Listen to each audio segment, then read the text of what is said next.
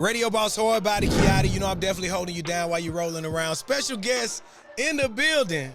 Rotimi, how you feeling, brother? I'm blessed and highly favored, my brother. Come on, man. Now, look, when you walked in, I was like, man, this dude is grimy. I ain't seen him on. I ain't know what was going on. No, I love the energy, brother. Love the energy, man. Thank you, bro. I know it's been about 5 years since Power, so I know we working on a lot of new things. Let's start with the single Bestie right now. So the single's Bestie, bro, it's a Lauryn Hill sample. Come on. You know what I mean? I grew up from the same town as her, went to the same elementary, middle, high school, had the same mentor as her. So my whole life, I've been inspired by what she's done. Come on. And being able to present the songs to the label and say, we got the record, they got a beat, they got a sample on it. They were like, oh, this is big enough to clear it. So let's go do that. You know what I mean? So I knew the label, shout out to Nima Ghazi and Tina Davis for believing, but Bestie is, you know, it's a song about me and two friends. You know what I'm saying? So yeah, you could bring your bestie, she could bring her bestie, you know, we can be besties together. Come on. You know what I'm saying? So just fun, you know, just fun records, you know, and I feel like, you know, the industry needs fun again. You know, there's a lot going on, so just fun records, and shout out to Chris Brown, because I feel like what I'm doing, what he's doing is adding more fun back into the industry for sure. Now, I'm going to ask you this. I normally don't ask people real life questions like, but it's you, it's me, you know, we having real talk right now. Absolutely. You know, a lot of time whenever people be like, oh, that's my bestie, right? You know, like when you have a boy bestie and a girl bestie. Oh, that's my bestie, right? Yeah. They gonna kill this online. I'm just telling y'all right now. I already know where this is going. Yeah. When people be like, oh, that's my brother, that's my sister, that's my bestie. Do you feel like that sometimes there could be, how to say this the right way? Oh, yeah. Yeah, absolutely. Oh, absolutely. Don't do that. Absolutely. I think there's there's those. Here we go. Nah, I feel like there's those certain situations that's like that's my real friend. Like we grew up together. Like, but if you 8 out of 10, I think. That you personally, okay. I think from my experience, I've seen. Okay. Oh, yes, my bestie. Yeah. Oh, really? What? What is he best at? Yeah. Okay. You know what I mean? So, you know what are they the best at? Yeah. You know what I mean? That's crazy. Just because I mean, real life. Just talking about. I feel like real life sometimes is the best records, and I know a lot of time whenever people be like, oh, this my bestie. Like, I mean, something might have happened. Most likely, I think something might have happened. You know what I mean? Come on. But obviously, there are honorable best friend relationships. It's possible. It's possible. I think it's highly unlikely. It's highly unlikely. Something happened. Okay. So our question online is: out of 10. How many times out of 10 do you think that the bestie has went over the line of what a bestie is? Yeah. I'm gonna go a strong 7 out of 10. I was gonna say 7. Okay. 7. I'm gonna go, and it definitely a strong 7 out of 10. 7 out of 10. Yeah, because it could be a bestie and it means the best kept secret. You know what I'm saying? Hey. Okay. You know what I'm saying? Hey. Yeah, you know what I'm saying? Hey, okay. You know what I'm saying? So, real conversation going down right now. I mean, it's just my man, brother. Yeah, all right, man. That's crazy. Okay. Yeah. Man, that's a beautiful conversation to have. Because I feel like, you know, in real life, you be like, that's your bestie. Right. Like, if I when I was in that situation, I saw a beautiful woman, right? Okay. This is a couple years ago. Okay. You know, before my situation. Okay. Okay. So my first thought is not I want her to be my best friend. That is my best friend right there. Yeah. That's not what I'm thinking. At all. Exactly. And if she sees an attractive man, she's not going to say, first off, that looks like my best friend. Yeah, we should be best friends. You know what I'm saying? We as a man have to mess it up for her to be like, yo, you cool to be my best friend. You cool to be a friend. But initially, I don't think a woman's thinking that, for sure. Man, you know the crazy thing, though, is us as men, and man, it's going to put me in hot water. Cool. Yeah. We got to stop doing the, if your lady say, hey, I got a dude. Why do men be like, can you have friends? You know, like. Yeah, that's crazy. That's crazy, right? If somebody say, hey, I have somebody. Why is all that? You know what? You need a friend? I mean, He let you have friends, right? Yeah. No. You know what I'm saying? That be can can you have friends? You know what I'm saying? Right. I never understood it, but yeah, it's funny. That's funny, crazy. Though. Okay, Yeah. we having real talk right now, I love y'all. it, bro. I love it. Real talk. Yeah. Listen, for you, one thing that I kind of look through the comments. I'm a comment person. I like to look For sure. and see what people be saying in the comments. People always compliment you on your skin. Thank you. So for you, like, you know, I drink a lot of water and stuff like that. Yeah. But sometimes my skin don't be skinning, brother. You know, life be lifing, you know. You have a skincare yes, company. sir. So my skincare line, man, it actually started in COVID. And basically I was breaking out a lot because I was just using different chemicals and different products. And I'm big on entrepreneurship and ownership. Right. So I prayed about it and I was like, man, like I need to create my own thing. 2 weeks later, I got a call from Andy Hilfiger, the brother of Tommy Hilfiger. Okay. And he was like, bro, I see your butterscotch content. Yo, I have a company out in Israel that has products, minerals from the Dead Sea. So a lot of people don't know that the Dead Sea is completely a healing component for skin. So when you can't even swim when you go into the Dead Sea. You literally float because it's the salt and like how thick the actual water is really not even water. It's just a healing component. So that's why, you know, if you go into a water and you got a cut, it cleans out. Imagine that, right? When the salt cleans a regular ocean. Facts. It's 10 times stronger than the ocean. So you go into the water, it's cleaning psoriasis, it's clearing psoriasis, it's healing skin cancer. That is like one of the biggest mysteries in the world. Is how does the Dead Sea heal all these skin things? So I started, bro, I literally was like, I need to start something that is all natural. And both men and women can use it. So we use minerals from the Dead Sea, all organic, all natural, and it heals everything. So it kills the dead skin, it kills everything, the fungus that's growing in cuts and everything. Come on. And everything just clears out, bro, for both men and women. Now my son deals with a little bit of eczema. He's 10. It'll clear it. It cleared it for my son. Man, where we put the orders in? I'm trying. They try to hide these things from us, bro. Now I believe that. You get what I'm saying? I believe that. So, and you never know, like, why would you get organic minerals from the Dead Sea when companies can make all this money putting all type of things inside of them? Why would they explain that we can have it right here?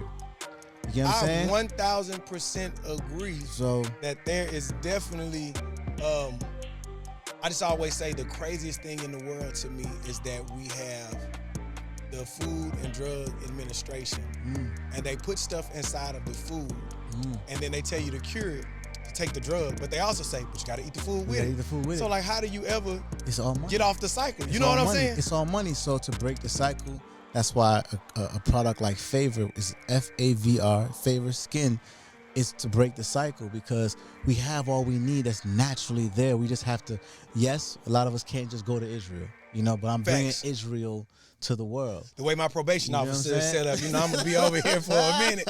But no, I'm gonna bring it to you. I'm gonna bring it to you. Okay. You know no, that's live. What other entrepreneurial things are you working on? Because I feel like for artists, entertainers, mom and pop shops, like entrepreneurship is the key to financial freedom. You know what I'm saying? Are you doing other things outside of just the skincare line? So I own a piece of Triller. I invested in Triller early. Really? Yeah. So I invested in Triller early. Real estate. I got 3 properties. And then musically, you know, I partnered with Empire. So me and my business partner Punch, we have a partnership with the label. So we do our own thing. So for example, we're shooting the Bestie music video. If we don't like some of it, we're like, yo, let's put up our own money and we shoot whatever we need to do. Facts. You know, we're not gonna wait for nobody. Like we were just talking about before, you know, camera. So it's all about ownership and then obviously favor, but you know, and then owning your masters as well. You know what I mean? So those are the things that I take pride in and you know, champion. Man, it's been a lot of talk about artists owning their masters or selling their masters for like this dumb amount of money. Yeah. For somebody that doesn't understand, because a lot of people, believe it or not, we hear stuff like that all the time. Like, oh, well, Future, Justin Bieber, whatever, right? Yeah. How important is it that artists really own their masters to even have the opportunity to do that? Well, I think if you're a successful artist it's really dope to have your masters because you're consistently making money consistently from sound exchange and all these things that give you monthly income if things go cold. Right. So you're taking care of your family, still paying your bills from a record you did 3-4 years ago because you own your masters. Got it. So it's a lifeline, basically, depending on how successful you are. If you are from 40 years from now and you haven't put songs out for 40 years, your master, and they weren't very successful, your masters don't mean anything really in terms of money.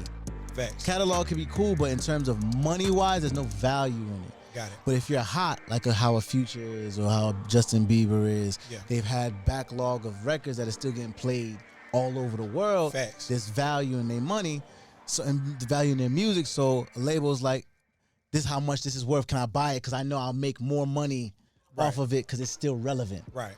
But as an artist who's still making music and consistently growing, records like In My Bed and Love Rhythm and I Do that I have, they still are paying my bills. Come on. You know what I mean? Because I own my master. So ownership, again, is very, very important for sure. Man, for you, because you're talking about music that you own. Yeah, bro. When it comes to your album. Yes, sir. I just like to ask, because you ask some people, they're like, oh, the music is this or that. Yeah. No, it's the best album of the year, bro. Okay, I just want to ask. No, you don't gotta ask nothing. Okay. It's the best album of the year, bro.